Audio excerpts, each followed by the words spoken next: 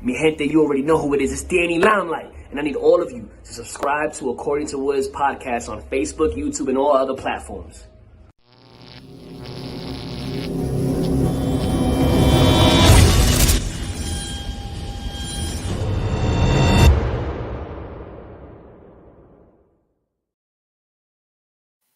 What's good, party people? This is According to Woods, and I have the honor and privilege of talking to a pro wrestler. She is a singles as well as tag team wrestler. She is the one and only Ivy. Ivy, what's going on? Great, thank you. How are you? How is everything? It's good. It's good. A crazy morning, but crazy mornings happen. I kind of feel like at times it's a bit of Bill Murray's Groundhog Day, and I'm trying to figure it all out. Yeah, I think we're all there at the moment, aren't we, as well? Groundhog Day. Which I gotta ask, this past year has been, or it actually bled into a little bit more than a year for some, but how has it been for you? I mean, obviously you had goals and, between the ropes, to kind of aspire to and reach for, and then it all gets yanked away. So how has it been for you? I mean, this year was going into this year, I was kind of thinking this is going to be my best year yet. I'm starting to get more and more bookings in and starting to be more experienced in the singles and the tag stuff. So it was heart-wrenching, just you can't take this year. Why this year? But as it's gone on, you've just kind of had to accept that this is where we are. So let's make the best of it. Get in the best shape you can. Do whatever you can to keep sane. Yeah, absolutely. So, I mean, what are some of the things that you've done, where you kind of binge watching the movies, getting books? You mentioned working out, which that's awesome because a lot, 90% of people might be in the Corona weight champion contention, yeah. myself included. Well, I think people have gone either way because you've got these people that have got in awesome shape, or you've got the people that are Corona weight. So people have gone one way or the other.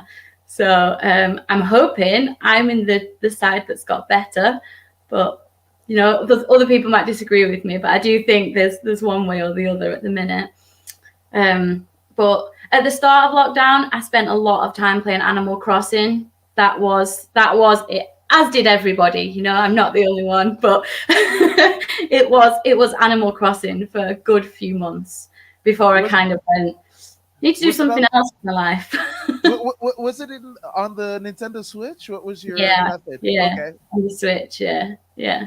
I bought the Switch for Animal Crossing. I didn't have a Switch before, and then everybody ran to get one, and I was like, I think I want one of those as well. So I was on the website every day, and I think I got there 2 minutes after they'd refreshed some stock.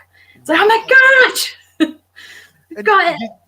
Did you have to pay the inflated pricing of north of 500 pounds? No. It was from the Nintendo site directly, so I did well. That was the only rule. I said you can have the Nintendo Switch, but you can't pay ridiculous prices for it. So I did quite well. Good job. That's absolutely brilliant.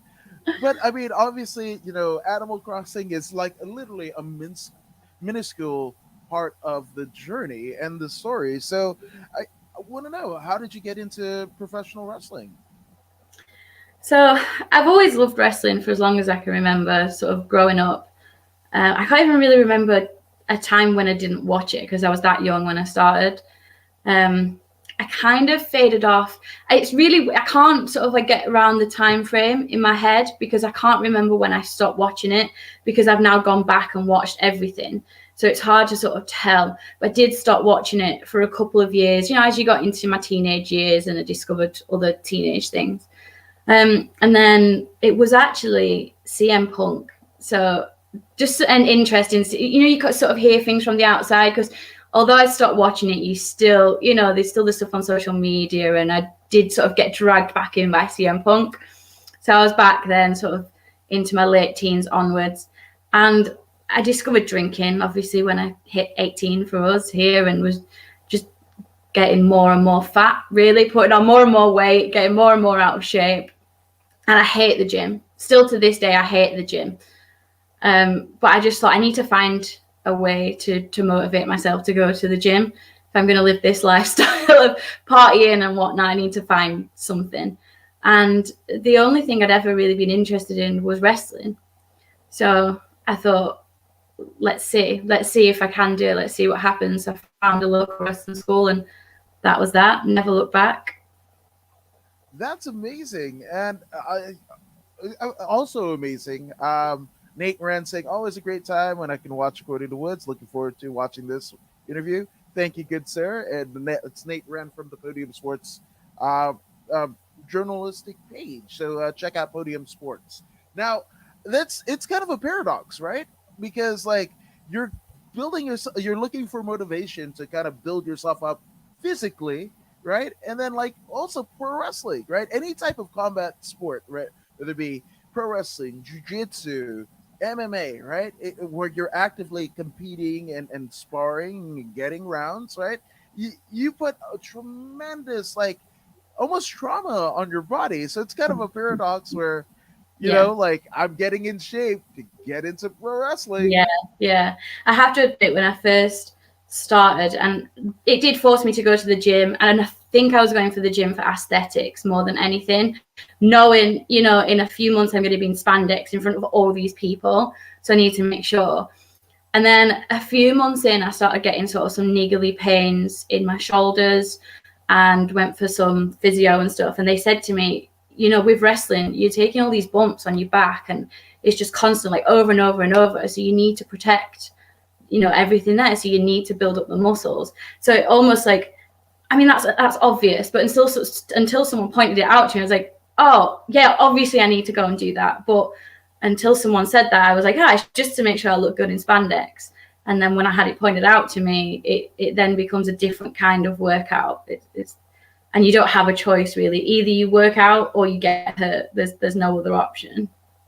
No, 1,000%. And you could, I mean, I think one of the best kind of notable, you know, kind of examples of such is the late great Eddie Guerrero. You know, he basically had, you know, some chemical dependency issues. You know, I don't think it's, you know, I think it's common knowledge, right? And he had the one person car crash and, you know, ended up tumbling and everything like that, but his back, everything jacked up and everything.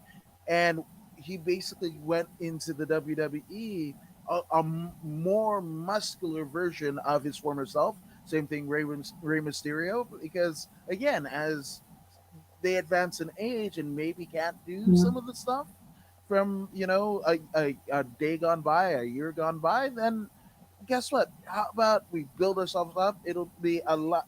Nothing could be completely mitigating the trauma that you could put on your body, but here's a little bit of mitigation. Yeah, you've got to protect yourself best you can. And when I started, I was 26. So, you know, you've got all these 18, 19-year-olds throwing themselves around and they recover the next day. But even, we were talking about this with some of the other workers the other day, the difference between 21 and 25 and how your body feels after a match is significantly different. So I was already in that age range of going in and feeling it straight away. So where do you get training? I mean, what was the kind of course of action? Did you kind of look around the internet? Here in the States, back in the day, there used to be Pro Wrestling Illustrated, and you could look at all of the different schools and different promotions. So how did you kind of figure out where you were going to go? Looking back on it now, I wish I'd have done more research, but at the time it was, I didn't know anything. I knew WWE. I didn't know any of the indie circuit. I didn't know anything about that. I knew the odd names for people I'd seen on TV, but nothing, you know, like it is now. So it was literally just a Google search, and it was the first school that came up on the thing. So I went down and just sort of sat ringside to see what was going on, and it just so happened that they were putting on a show that weekend.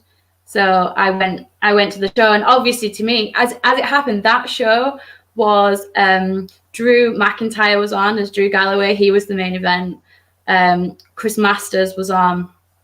It was Chris Travis, you know, Chris Travis. It was his return after him first coming back from having cancer, and like Rampage was on there, Lionheart. So to me, that was like the greatest thing in the world, because like it's Drew McIntyre for a start. You know, Drew McIntyre is the main event, and the guy that was wrestling, it was for the ICW championship at the time.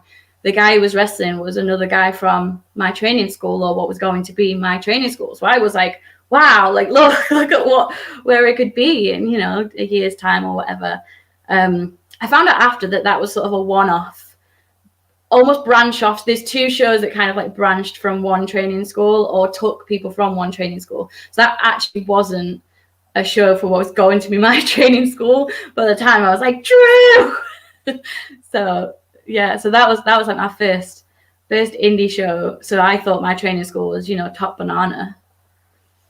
And couldn't you have picked a better kind of time to jump in? Because, I mean, you mentioned ICW, shout out to ICW, but along with like Progress and, you know, Pro Wrestling Eve and Riot Girls, and like those are the benchmarks for British wrestling, Yeah. I think, in this kind of new era, post World of Sport, you know, 20 years removed, 30 years removed from World of Sport's last airing. You know, it like those are the benchmarks, and you got to kind of bunker down as that being your first non WWE experience. That's incredible. Yeah, that it was, even looking back now, it's one of the best shows I've ever been to. It was it was so good, and like the atmosphere, especially because it was Chris Travis's return as well. And it was in Sheffield, which is Trav's hometown. So it was a big deal to see sort of the emotion and everything behind it. And like I say, I had no idea. I had no idea about Progress. I think I may have known ICW because of Drew, but nothing more than knowing that Drew was there, kind of thing. But I had no idea about any of this stuff. I don't even know how long after it took me to discover Progress and Eve and things like that. Eve probably earlier, because it was women's. I think I picked up on that quite quickly. But yeah, it just opened my eyes to this whole other world that I had no idea about. And like, you'd be in there and people be talking about these great wrestlers, and you're like, who's that? And then, how do you not know who this person is? I'm like, 'cause I just know WWE. I didn't even watch WCW or anything. I was just WWE. That was it. So like that to me was just such an eye opener. Wow. So after that first show, right? I mean, you basically kind of see what the school's about. You know, week of the show, weekend happens, you're there. So what was kind of the recourse? So you were like, okay, that might have been like, hey, okay, for sure, I'm doing this. This is the right spot for me. So did you start the following week, or? Yeah, straight away. So I think the show was on a Saturday, and I must have started the following Thursday. And then it just spiraled out of control. I never stopped. I was there all the time. I was very terrible. Terrible is what I was. There's no other word for it. There was a time I was thought, I am never, ever, ever going to get this. Never. I'll never get it. I'll never be good enough to be on a show. The trainers thought I was too quiet. I was too meek and mild. And if anybody who's ever seen me work before, they'll know that I'm probably the exact opposite of that now. Very loud and noisy. So, but yeah, I was very meek and mild and kept myself to myself for a while. And there was definitely a time when I thought, I'm never going to get this. Maybe I should just stop. And then I just pushed through it. Still went training every single week. And by the time I sort of was put on shows, I was lucky and unlucky. I was the only female there for a while. There was one other girl who she left not long after I started for personal reasons. So I ended up being sort of the only female. I think we did one show together where I worked her, and then I was sort of, so I got a spot, unfortunately, by being the only female for a while. So I also got, I suppose I got taken under the wing by everybody because I was the only female there for a while. That's not a bad caveat to have, because sometimes, you know, and that's a wonderful experience, being the only female. You know, a lot of people took after you, because like that isn't the case a lot of times. Usually it's, you know, especially like in the days of a Sherry Martel or what have you, or, you know, a Medusa, where like you literally got crapped on because they were trying to, I mean, theoretically speaking, in retrospect, it was almost like the guys, right? Like Yeah, basically you were there to get weeded out, and if you just stuck on with it, well, guess what? You're a pro wrestler, you know? yeah, yeah, definitely, definitely. It swings and roundabouts. Now I've got other women around me. It's great because it's obviously great to see more women coming through, and I always find working with women is different than working with the guys as well. We wrestle different styles sometimes, so that's not the same for everyone. But so it's nice to have that there. It's nice to have that female companionship as well. So yeah, it's the best of both worlds, I suppose. No, absolutely. I think Miley Cyrus said it best. It's the best of both worlds. Oh, absolutely. Hannah Montana. That was Hannah I'm Montana. Montana, Yeah, yeah. they're not the same apparently. And Nate Rand says WCW was great till Vince Russo ruined everything. I will actually say, I mean, touche, but I will actually say that it was I want to say maybe Virgil joining the NWO and like, oh wait, this is not good. Like Ted DiBiase's like manservant is joining like the baddest stable in the land. That might have been it. So that's my take. I actually watched, like I said, I didn't watch WCW growing up. So like I've watched the odd thing back, but we watched a Monday night Nitro not long back in the Russo era. And it was just chaos. It was the one where it's Booker T and I want to say Jeff Jarrett are in the main event, and they've got 4 boxes on either corner, and there's just something ridiculous in each box. And the finish is that Booker gets the box down and the belt drops out of the bottom. But building up to that, it was just hardcore match, ladder match, another hardcore match, another match with another stipulation, then that match. I was like, what is going on? And I think was Russo in like the Pope Mobile? I think that was the same episode because he stripped himself of the belt, and that's like the first full episode that I've watched from the Monday Night Wars, and I was like, what is going on in this? Mental, absolutely Absolutely. mental. No, 100%, 100%. And that, oh my gosh, like WCW. No, I was firmly a WCW guy. It's weird. I like things that are kind of out, like off the beaten path. If you're like, oh, I'm a WWE, WWF person, I'm like, yeah, WCW or whatever. Like, so I like the most obscure, obtuse of Yeah. things, right? And yeah, it was just like that. That made me hurt because, like, I actually came into. I remember the first time that I saw WCW was it was the first time I'd seen non WWF wrestling, and I was like pretty into the WWF product at the time as a kid, as most kids were of the '80s, and then I saw Sting versus the Great Muta on another wrestling, and I was just like, oh, what is like, and this is like Surfer Sting, like, and his matches with the Great Muta, like arguably one of the greatest talents, definitely all time top 10 in terms of Japanese wrestlers, but it was just like ah, it was a watershed moment for sure. I feel like I need to go back and find, because I have people around me that are like, this was great and this was great. And my experience of WCW is the more recent stuff where I'm like, I have no idea what's going on. So, but I think I probably need to force myself to go back and find this stuff. No, 100%. You'd be good for it. And Nate Rand said the final nail in the coffin was when David Arquette won the world title.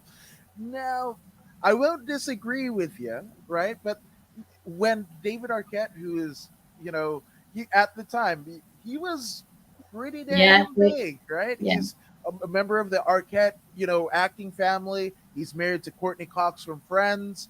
He was in Scream, and then his next role is essentially, in Ready to Rumble, right? Which not a bad movie. I love Ready to Rumble. Like that, it's one of my favorite movies. But again, like those obtuse, obscure things, right? I love that movie. But when you think about it, had recently passed where Owen Hart and Brian Pillman, David Arquette donated his entire WCW salary respectively to the two different families. So he maybe it was like you know thumbing the nose of Harley Race, right, who wore a title in a previous incarnation, but compared to a lot of other champions that might have not been the best for the business and company overall, David Arquette, in retrospect, it's here in the States, we have a one-term president, Jimmy Carter, right? We have Jimmy Carter, and most people were like, he was like absolute horrid, absolute horrid. He didn't know what he was doing and what have you. But then post presidency, he basically creates Habitat for Humanity, basically out there building homes for people in need, like with his bare hands. So it's kind of like that. Like David Arquette is wrestling's Jimmy Carter. I think as well we do it nowadays with the celebrities. It brings in a different audience. So, I understand why wrestling fans hate it because you're a wrestling fan and you like wrestling. But I think Total Divas, for instance, is a prime example, and wrestling fans absolutely hate Total Divas. But I know women, that have no interest in wrestling whatsoever that will tell me they watch Total Divas, they watch Total Bellas, and they know who these women are. So how can we ever say that's a bad thing? That it's bringing in a new audience. I do understand as a wrestling fan, you want your favorite wrestlers to win, and that's what wrestling is. I get that, but at the same time, you'd forget that these companies are businesses, and to be able to carry on, they need to get more and more business. They need to reach a wider audience. So, what's the easiest way to do that is to find somebody that's already out there. We recently watched the CM Punk Rock match where they switched the title to Rock. Yeah. And I know everyone hated that at the time, and I think I probably did because CM Punk was my favorite around then. But when you look back at it, The Rock was the highest grossing film star around that time, and why would they not bring him back and have him have this run to WrestleMania and garner the interest that, like, The Rock was my favorite when I was younger. I loved The Rock. And I know that people that watched it when we were that age will go, "Oh my God, The Rock is back! Like, let's go and watch. I'll go and watch Mania this year because The Rock is back." Yeah. And you get that hit of nostalgia. So, I do understand why people would be annoyed at things like the Arquette situation, but it's a business at the end of the day, and that's how we get more interest in an easier way. We get more interest in the product. No, 100%. Which I've got a little bit of a recommendation, and I'm sad of all of the type of WCW pay-per-views that have been redone. This one hasn't, and it's a little known. It's a little known pay-per-view called Slamboree, and it was Slamboree Legends Continue, and they brought back like names that you might have heard of, like a Thundercat. What is it?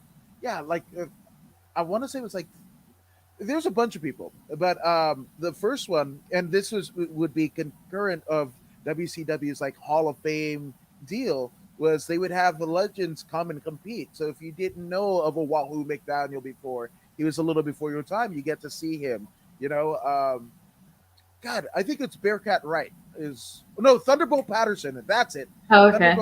Thunderbolt Patterson, who a lot of people will say, that was essentially the archetype of what Dusty Rhodes became, right? Dusty Rhodes and superstar Billy Graham, that kind of jive talking dude. It was Thunderbolt Patterson who started that type of promo and grew money all over, but you never got to see him wrestle. And yes, he might have been a little bit longer in the tooth or what have you, but I mean, it was a good deal, and it was like a harken back, and they gave you a little like bio of the person before they went to the ring or went to the match. And I just thought those were great, just to kind of, if you're going to go forward, right? Like, go forward, absolutely. But, tip your hat to the people that kind of paved the way. So yeah, definitely. It's important. 100%. Absolutely. So in terms of you and your training, how long did you actually train at the school? And then how long was it before you had your first match? So I think it was probably a year before I had my first match. They put me in as a valet at first for a faction, but I think that lasted one show, and then the next show I was in a match in like I think it was a 6-man tag match, and then next show I was suddenly in a 4-way singles, and it just escalated from there. I don't think there was ever any intention that I was gonna I was going to be wrestling at the time they put me on the shows. Like I say, they told me that I was too quiet to be a heel, is what I was told. So I think I may have shocked them when I suddenly get on that stage and start screaming. So yeah, it was probably a year before I was doing anything. Quite quickly, they brought in another girl from another promotion for me to wrestle. And she was from Joseph Connors from NXT UK. She was from his school. So sometimes he would come up and do some shows, just to sort of do the main event and whatnot. So he sort of picked me up there and said, do you want to come? Because he runs a training school. He said, do you want to sort of do the same for our training school? Because they only had minimal women there. So quite quickly, actually, from getting onto the training school shows, did Joseph Connors ask me to come and come down to their show. So I got my first outside booking relatively quickly, considering I definitely was not in any position to be working anywhere else at that point. But that did me the world of good, going and learning from other people as well as what was being taught at my training school. But I was just lucky. That's huge. That's absolutely huge. I mean, and to kind of get it that quickly, it's pretty amazing, right? Yeah. Like I say, it was just good timing, and I just got lucky with who was around at the time. Yeah, no, sometimes you kind of earn your shoes and what have you, your boots, so to speak, and sometimes it is right place, right time, and you know that's amazing. Yeah, and Joe's a great teacher as well. So I learned so much from just being around him, and I'd sit with me after every match and go through everything with me as well. So that was great to have. It's good to be taught, but it's good to be taught by more than one person and get the perspective of everyone else. Everyone wrestles in a different way. So the best thing you can do is get the advice from as many people as you can. Yeah, no, 100%, 100%. Now, Charlton Pardo says that's a good question. The question that he is referring to is Nate Rand's question. Is question for Ivy: have you had to wrestle through any bad injuries?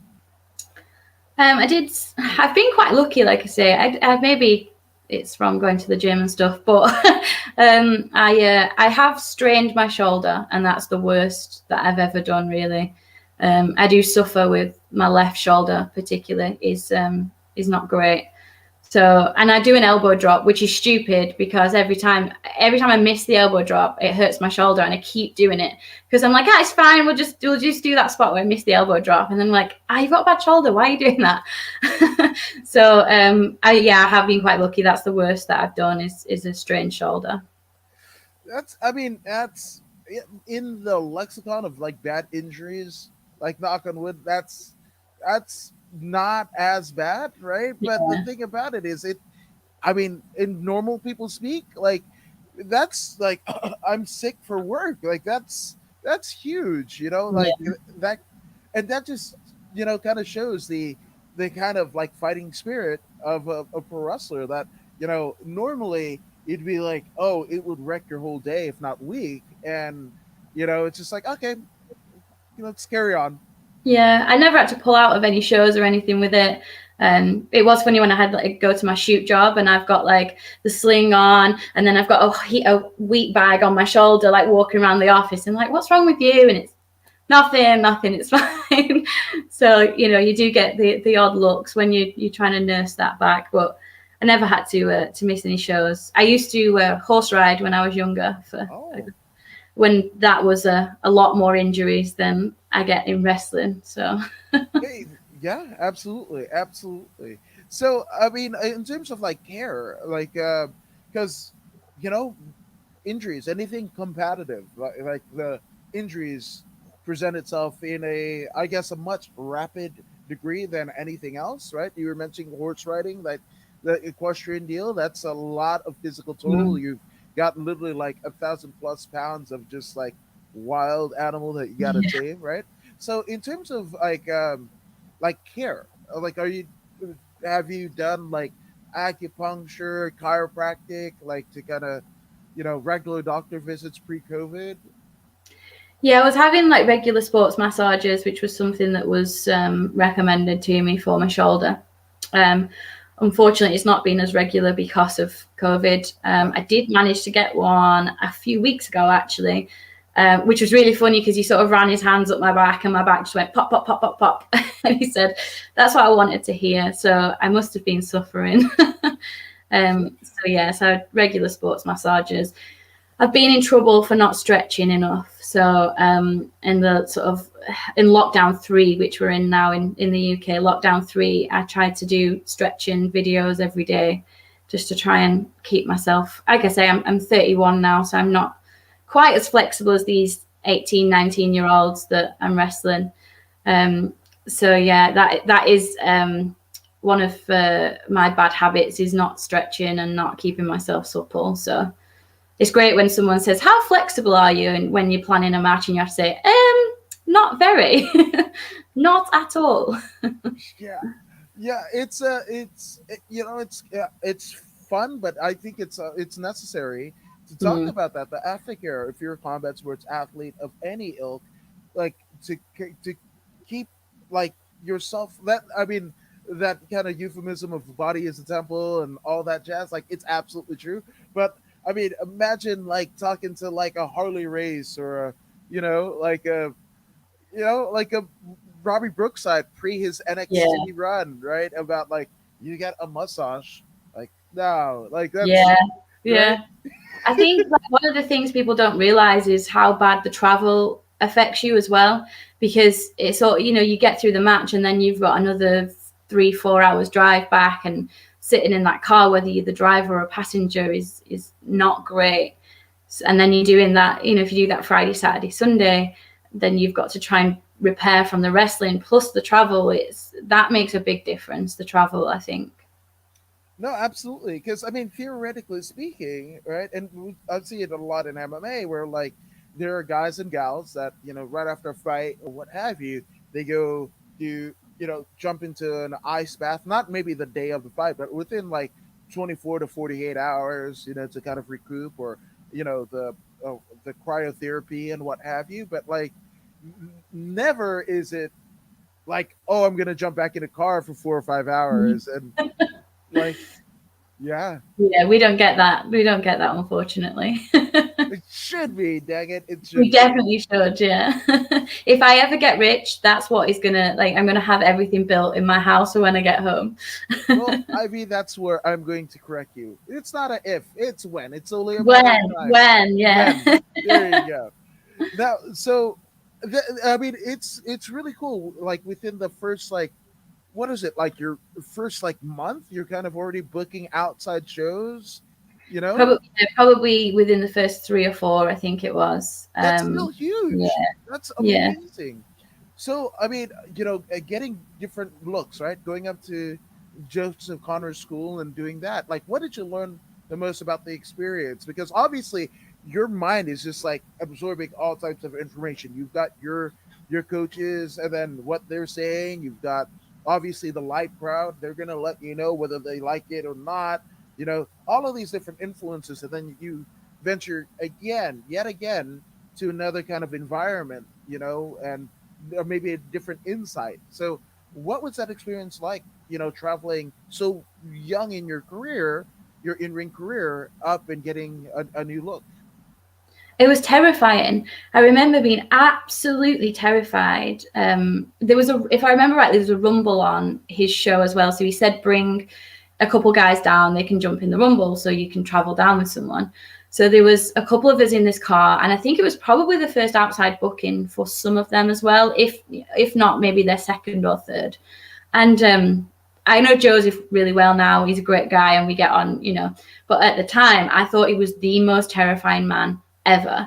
So I was going down to this and I was like, oh my gosh, I'm going to do stuff wrong and he's going to shout at me and he's going to do this. Well, I was genuinely scared of him because for me, he was a superstar. I'd seen him before I got on shows. I'd do music, which by the way is a very difficult job to do. Wrestlers' entrance music, when they shout at you if you turn it off too early or something doesn't work, it's always your fault. So I'd done things like that, and Joseph had been on the the shows. So, and he'd been in the main event. So for me, he was this massive deal. So going down there, I was absolutely terrified. I didn't really know anything about wrestlers' etiquette, what you do when you get there, that you've got to shake everyone's hand. And like I say, I was terrified of Joseph, so I knew I was going to have to go and be like, I'm here, what do you need me to do? And that was terrifying in itself. So I think before I went down, I had people saying, right, you need to do this when you get there. Make sure you shake everyone's hand. Make sure you do this. And then Brady, who I valet for at the moment, he always tells this story that day I completely ignored him. He's like, you thought you were big time, you ignored me. And I'm like, I didn't. I made sure I went round everybody and shook everybody's hand. You must have ignored me. So I must have done a bad job of whatever. I must have been so nervous that I just ran around shaking as many hands as I could and then said, what do you need me to do? But it was a whole new experience because that crowd, no idea who I am. I'm not known on the circuit at this point. Right. So, I'm coming out. I was lucky that it was I think it was a 6-woman tag. And we came out to someone else's entrance music as like a group of 3. So I didn't have that awkward, like where you walk out and it's just silence. So I think that was nice because I didn't have to have that. We've all had that moment and it's not nice. You don't want that. So if I'd have got that on my first outside booking, that would have been soul destroying. Yeah, no, 100%. And I mean, a lot of, you spoke of the etiquette and there's so many unwritten rules, right? In circles. And I mean, it's kind of something that has, carried over from like the old Harney days of, the 20s and 30s and even into the 40s. But it's just that can be even more nerve-wracking than the match itself. Yeah. The thought you do have to think as you walk in, who have I said hello to? Have I got everybody? Because that the chances are you're going to have missed someone and they're going to remember that forever because we just do, because that's what you told, that you have to do that when you get there.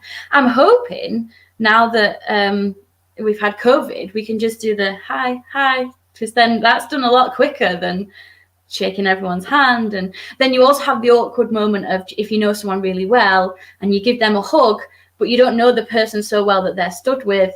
Do you hug them or do you shake their hand? Because does that look like you're being rude to them? And maybe I overthink it, but I do this every time. And I'm like, I'll just hug you. And then if you think I'm weird, you think I'm weird. It's fine. I almost think there should be like this COVID, like, because the way that it has been for the last 100 years, that unfortunately we're in unprecedented times, right? So we kind of have to tweak the system a little bit, So maybe the fist bump becomes a new handshake, and there's no way. And is it going to be like, oh wait, you the fist too hard and whatever? Yeah, because there's going to be that overzealous person, maybe reckless. Instead of giving the firm handshake or whatever, they go whatever, and then there goes your wrists, and you're out for bookings for the next That's it. Yeah. I think we should just do a wave. I'm good with a wave, like hello everyone, because you can do 3 or 4 people in one wave. Yes. So I'm good with that. I think now COVID's come along. We should move on with the COVID times.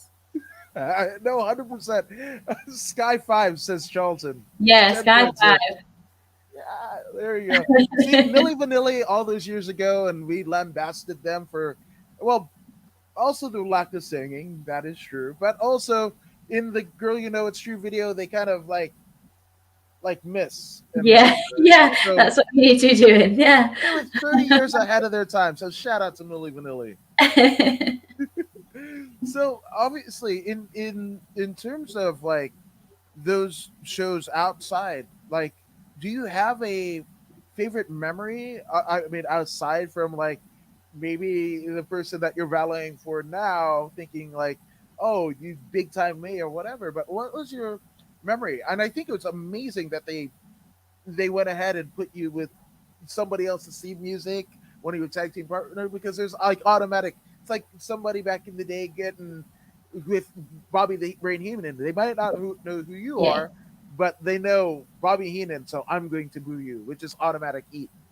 Yeah, it was good because I felt like I got my own heat there as well. So although they didn't know me, I managed to get, so by the end, I was getting my own heat. I wasn't just living off, the people that I was with. So it was almost a confidence boost to say, actually, you have got something, you do know what you're doing, you can do this. It's not just because, these people have seen you every month for the last few months and they're conditioned to boo you almost.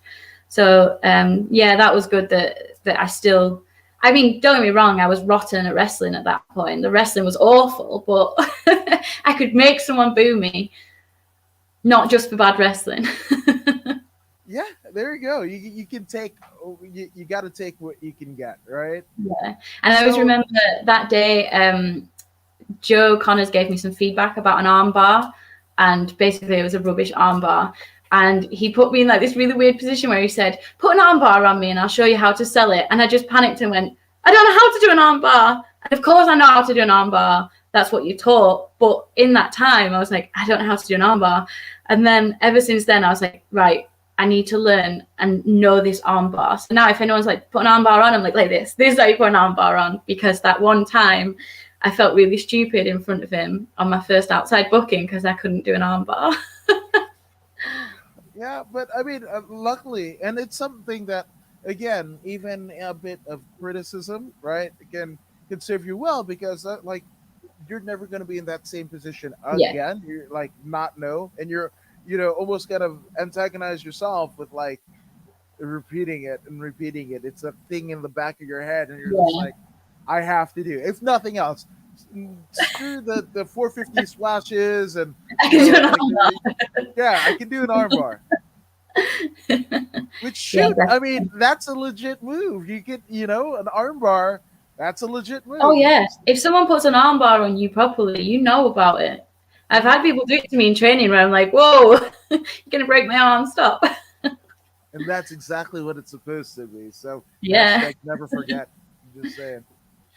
So in your career thus far, because you've kind of spanned the gamut, and I love it because it's almost like a Trish Stratus-esque, right? Because Trish, the first time that we saw her on WWF TV was a valet to Tess and Albert, right? The TNA, which is pre-Impact Wrestling's TNA and what have you, right? But like you worked as a manager, you worked as a wrestler, a singles wrestler, as a tag team. So what do you have, like a favorite like moment in wrestling thus far? Thus far, my favorite, I love tag wrestling. Tag wrestling is my favorite. I would pick tag wrestling over anything any day. I absolutely love tag wrestling. I would say my favorite moment thus far though was I got to wrestle Kaylee Ray quite early on actually as well. And my friends all laugh at me because they're always like, "Oh, did you wrestle Kaylee Ray? You don't mention it very often." And I'm like, because it was like the best day ever. I was supposed to be wrestling Casey Owens. Wow. That was that was insane to me that was happening. And Casey got injured. And I was gutted because I was like, I mean, at this time, I had absolutely no right being in any ring with Casey Owens or Kaylee Ray. So this was massive. This was like my first, this is a major player in the game sort of thing. So Casey had to pull out because of injury. So I was gutted. And I remember I took a nap one afternoon and I woke up and I got all these messages on my phone because the promotion had released a graphic and it was me and Kaylee Ray. And even sort of non-wrestling fans or people who are, they know who Kaylee is. So I just got all these messages and I remember just staring at my phone like, I can't do that. That's ridiculous. Do they know? They don't know who I am, obviously, this is a mistake. This is a wind-up. And so, I wrestled Kaylee that day. It's the most nervous I've ever been in my entire life. But then it was a really weird one because going into the match, sort of before you go out, that's the most calm I've ever felt for a match because it just felt right. It just felt like she'd sort of was so good with me, walked me through everything. And then I remember we came back from the match and the first thing she said to me was, "Oh my God, I messed up your gut wrench, didn't I?" And I was like, I don't care. I don't remember you messing up the gut wrench. Tell me anything I did wrong. And she was like, no, it was great. It was great. Give me like the tiniest little bit of feedback. And I was just like, I've done it. I can quit now. It was that's been the greatest. I'd love to wrestle in now I understand wrestling and know what I'm doing, but that was the time that kind of made me go, yeah, okay, you don't need to quit now. Because going into it, I was thinking, oh, if she thinks I'm terrible, it would knock me, but that's the time I really remember thinking to myself, you got this now, you got it. Yeah, my goodness. And I mean, in terms of like your psyche, right? I mean, you have to be on cloud nine. You were saying like, oh, it's the best day ever, but that's not. I mean, Kaylee Ray, the current NXT UK Women's Champion, is. I mean, isn't she like? I mean, she's the benchmark. I mean, and She's not just incredible.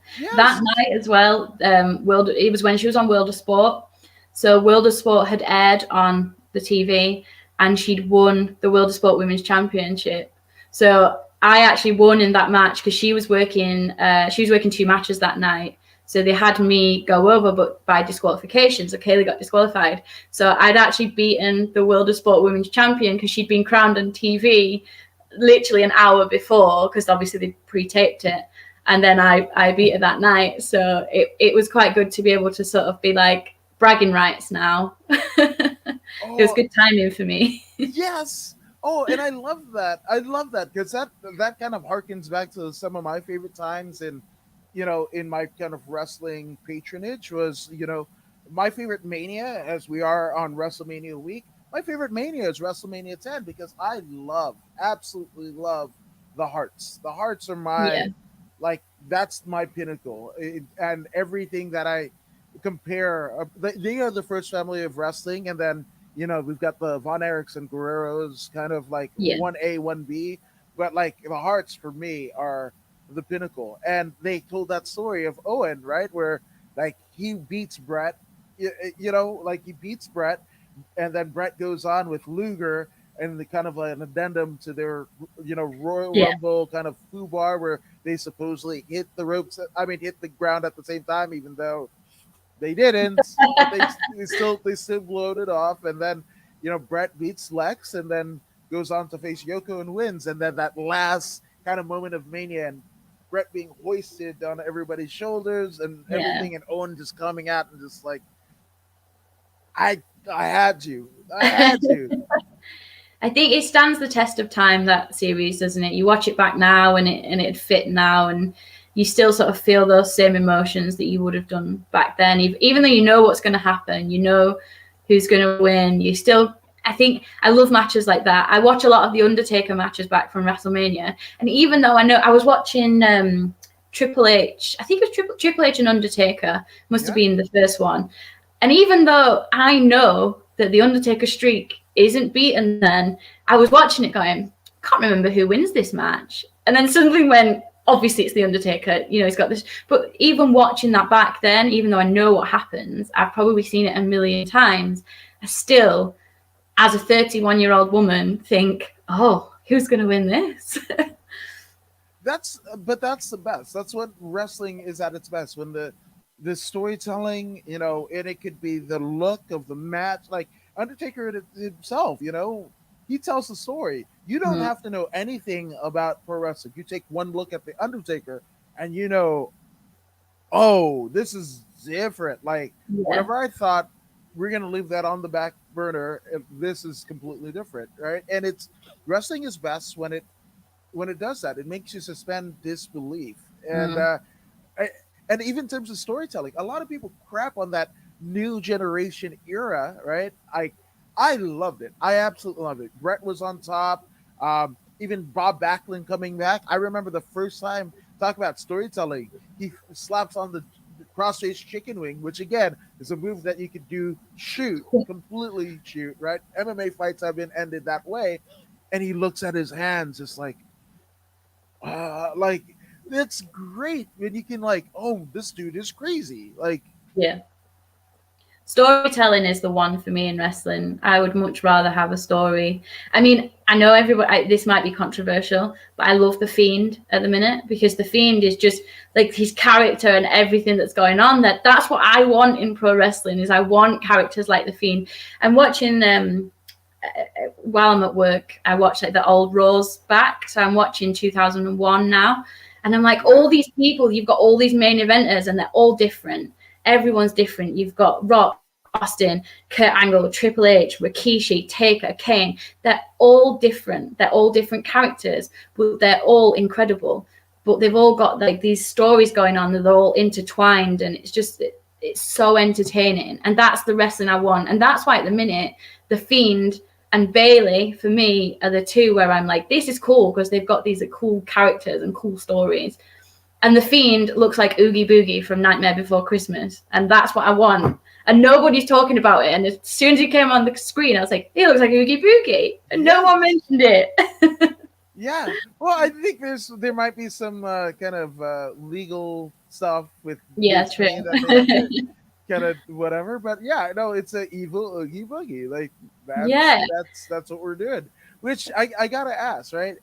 Do you have like a top 10 like wrestlers, and do you like what has that conversation been like? And everybody kind of craps on whatever, but to me, I think it's subjective. We get it a lot in like MMA, we're like greatest of all time, but it's first off, it's recency bias, right? So you're gonna remember, like, if you didn't grow up with, you know, a BJ Penn, so to speak, like that, it's gonna fall off. If you didn't grow up with Wahoo McDaniel and, you know, what's his name, like Pat Patterson, when Pat Patterson's on top, obviously they're not going to be on your list. But if you ask somebody in the 70s in San Francisco, they're going to be like, Pat Patterson, Ray Stevens, right? So if we're talking about Ivy's like maybe top 10, right, and it could be any era, what have you, what does it kind of look like? Number one is Edge. Edge is everything. You know, I love Edge. I loved the Rated R Superstar. I think when I was that age, when he was Rated R, everybody was still, you know, loving the baby faces and John Cena and stuff. And I was like, look at Edge. It's super cool. And I mean, Lita was everything when I was younger because, you know, she was a tomboy. And watching it back now, I love Trish Stratus. But at the time, I was all about Lita because she was, you know, she's different. So Lita and Edge together for me was just everything. I love watching their stuff now. And other than the live sex show, I think their stuff would work now as well. You know, you could still do it now. Eddie Guerrero's up there. I absolutely love Eddie Guerrero. Just he's so creative and just, you know, that sort of stuff. Rick, Shawn, Triple H, I love. I like all the bad guys. I'm not thinking about it now. There's no baby faces in here. Seth Rollins, I love. I do love Seth Rollins. But yeah, so it is definitely sort of the 2000s era wrestlers for me. But that's who I grew up watching. The Rock. Yeah. What era of Rollins? Because for me, the Shield, right? With the Shield.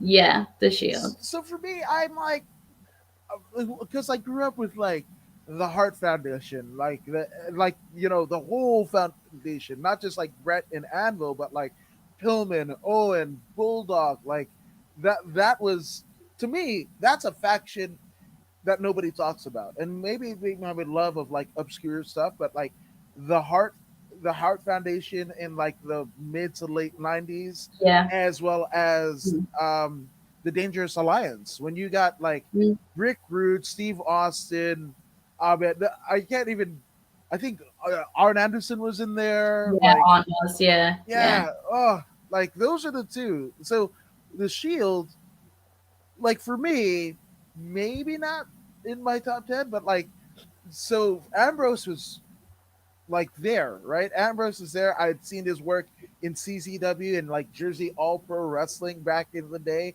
I knew of John Moxley. I heard of like the murmurings that there could be a potential when he was still in developmental in FCW, like him and Regal or him and Foley, and I would be salivating, chomping at the bit. And then they put him in SWAT gear, and I was just like, oh no. Yeah. I think I love the Shield, but I think the reason I love the Shield is because the Wyatts were around at the same time. So you had the Wyatts, you had the Shield, and then they brought Evolution back for a while, where it was, you've got all these sort of I love a stable or a faction. They're my favorites because that's where you get the real stories. or the you've got more that you can do with them, I think, because obviously you've got all these characters. But I think what made the Shield is that the Wyatts were around at the same time. I remember going to live shows, and it was a Raw, and it was the Shield versus the Wyatts, and it was just crazy. Like, the crowd were going absolutely mental for it, because that was just such a big deal. So yeah, that era of Rollins, I always remember people saying, you know, Ambrose is going to come out of this, he's going to be the top guy, and I was like, nah, it'll be Rollins, and then it'll be Reigns. Like, they are the guys that they will go for. Yeah, see, even though they're not my particular like favorites, right? So with Rollins, like, I'm a big theme music guy, like belt Yeah. and theme music, right? Yeah. I thought for a faction as well as individuals, the Shield might have had not the best, right? And then Roman basically carried the Shield's music and whatever Yeah. over, and it was just like, and then he's selling punches with a bulletproof vest. It gets weird, is what I'm Yeah. saying, right? But like, if you were to oh, she dropped off. No worries. But we're gonna move her from screen. Hey guys, this is According to Woods, and if you haven't already done so, you can go ahead and like, share, and subscribe to the According to Woods podcast on Facebook, YouTube, and Twitch, where you get a litany of cool stuff, not just with Ivy, but also a litany of others. Like Frank Trigg is on here, Josh Barnett, a bunch of wrestlers from the UK, bunch of MMA fighters from like almost every promotion under the sun. So I'd warmly encourage you to go ahead and like, share, and subscribe. I thank you. And I think you would be rewarded for your subscription. Just saying. Just saying. But yeah, yeah. So looks like she might have dropped off. But I think I might end it here. But go ahead and follow Ivy on all of her social medias. It's Ivy Wrestler on Instagram. I think it's just, yeah, it's Ivy Wrestler on Instagram as well as Facebook and Twitter. Go ahead and give her a follow. And like I said, go ahead and like, share, and subscribe to the According to Woods podcast on Facebook, YouTube, and Twitch. And if you don't believe me, and I don't know why you wouldn't, here's pro wrestler Zeta Zang. Hey, this is Zeta Zang. Make sure you subscribe to According to Woods YouTube.